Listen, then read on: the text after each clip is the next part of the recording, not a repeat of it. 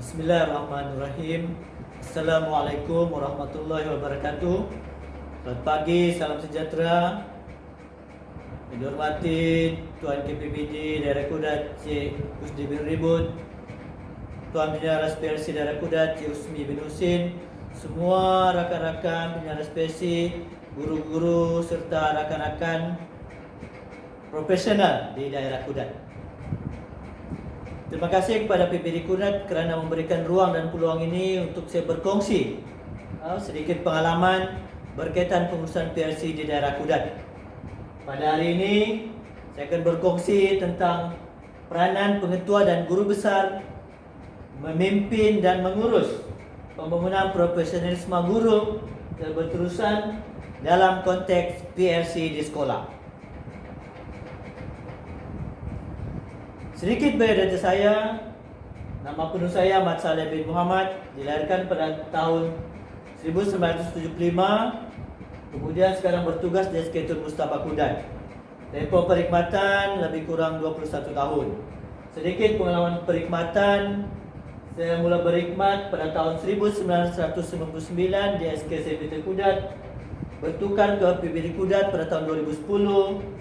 Dipindahkan ke SK 55 sebagai guru besar pada tahun 2014, bertukar ke SK Sekuati pada tahun 2018 dan akhirnya sekali lagi ditukarkan ke SK Tun Mustafa pada tahun 2020.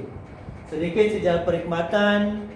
Telah dianugerahkan DPC pada tahun 2008, 2012 dan 2016 pada peringkat JPN. Kemudian di peringkat PPD Kudat pernah menerima anugerah kepimpinan akademik PPD 2016 dan pada hari ini memegang jawatan sebagai timbalan YDP MGB Kudat pada tahun 2018 sehingga 2021. Tuan-tuan dan puan-puan yang hadir sekalian, yang dihormati sekalian, perkongsian saya pada hari ini berkisar pada 3 perkara utama. Yang pertama, latar belakang masalah yang kita hadapi. Yang kedua, apakah pendekatan yang kita gunakan untuk menyelesaikan isu yang kita hadapi. Dan yang ketiga, apakah impak daripada pendekatan yang telah kita buat. Okey, sedikit latar belakang masalah. Dapatan awal kita di SK Tun Mustafa Kudat, guru masih kurang pendedahan alat kolaboratif PRC. Yang kedua, guru kurang dorongan dalam melaksanakan aktiviti PRC di sekolah. Dan perkara ini telah memberikan kesan jangka pendek, iaitu tidak banyak aktiviti PRC yang dapat dilaksanakan. Kemudian pelaksanaan aktiviti kurang dipantau dan tiada penyelarasan dengan SUSPL KPM untuk perekonomian aktiviti yang lebih sistematik. Kemudian akhirnya memberikan kesan jangka panjang kepada sekolah, yang mana pelaksanaan di sekolah tidak konsisten dan kurang sistematik dan tidak dapat memenuhi keperluan mata kredit dan pengisian aktiviti PRC dan TPB keseluruhannya, yang akhirnya aktiviti PRC tidak dapat menyokong program pembangunan profesional berterusan di sekolah.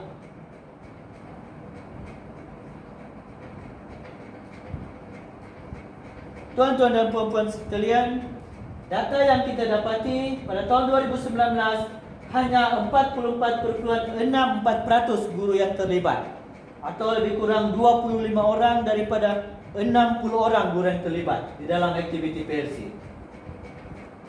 Manakala dari segi pencapaian mata kredit hanya 12% atau 7 orang yang mencapai 42 mata kredit. Jadi oleh yang demikian, sebagai guru besar adalah memainkan peranan yang penting dalam menyelesaikan isu ini. Jadi saya selaku guru besar menggunakan pendekatan POLC di dalam intervensi kita menyelesaikan isu tindak yang mencabar dan memerlukan pendekatan yang sesuai. Okey, apakah pendekatan POLC? Pendekatan POLC adalah singkatan kepada Planning, Organizing, Leading dan Controlling.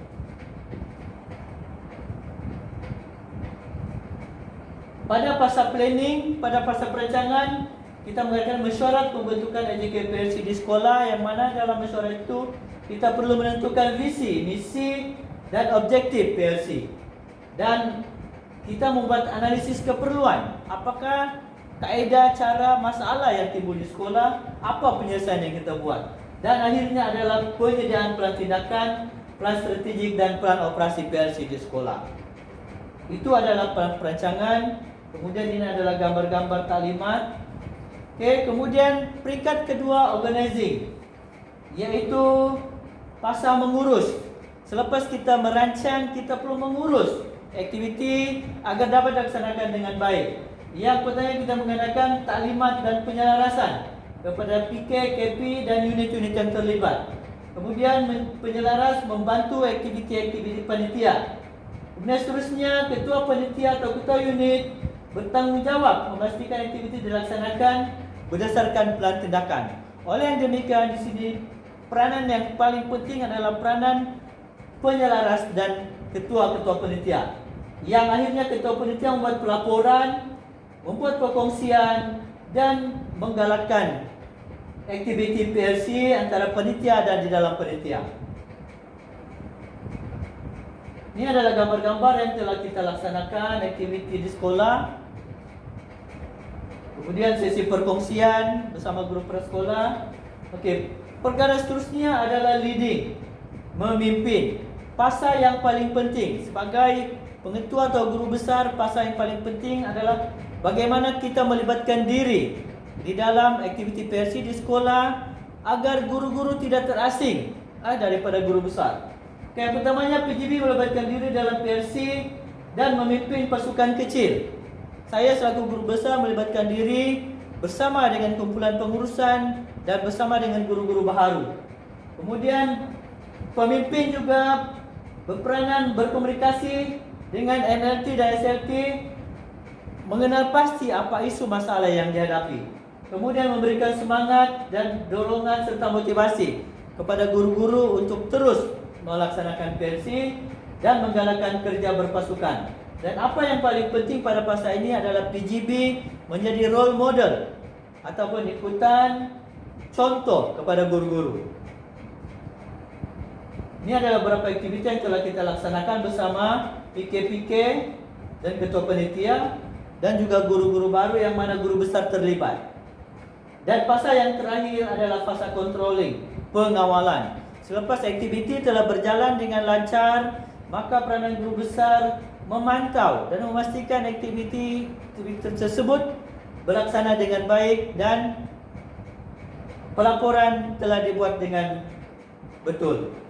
Pada pasal ini, PGB memastikan aktiviti PLC berjalan lancar, memantau betulan perbincangan dengan penyelaras dan SPLKPM dan akhirnya melakukan penambahbaikan secara berterusan.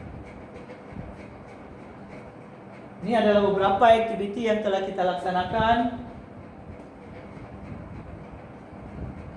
Okey, jadi tuan-tuan dan puan-puan sekalian, apakah impak daripada pendekatan POLC yang telah kita laksanakan?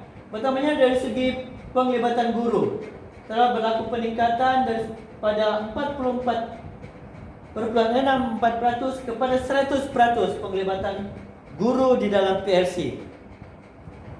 Kemudian dari segi pencapaian mata kredit meningkat daripada 12 kepada 57.89. Kemudian pencapaian mata kredit daripada 12% pada tahun 2009 kepada 100% pada 2020. Dan juga purata penglibatan guru. Penglibatan guru dalam aktiviti PLC pada tahun 2019 tiga aktiviti yang diikuti, manakala pada tahun 2020 purata aktiviti yang diikuti adalah 13. Jadi daripada pembentangan saya dapatlah kita rumuskan bahawa PGB punya peranan yang penting dalam semua aktiviti di sekolah sebagai peneraju. Kemudian penglibatan PGB dalam aktiviti PLC dapat memberikan dorongan dan motivasi kepada guru. Dan yang ketiga, pendekatan yang sesuai dalam menyelesaikan masalah oleh PGB akan memberikan impak berkesan kepada sekolah. Sebagai penutup pada pembintangan saya pada hari ini, suka saya berkongsi Kata-kata daripada Albert Einstein, a person who never made a mistake never tried anything new. Maksudnya orang yang insan yang tidak pernah mencuba, tidak pernah membuat kesilapan, maknanya dia tidak pernah mencuba sesuatu yang baru. Sekian daripada saya. Semoga perkongsian ringkas daripada saya ini memberikan impak dan pengetahuan kepada tuan-tuan dan puan-puan. Dan andai ada yang baik itu, kita boleh kongsikan di sekolah. Dan yang lemah itu adalah daripada kelemahan saya sendiri. Sekian dan terima kasih. Wassalamualaikum warahmatullahi wabarakatuh.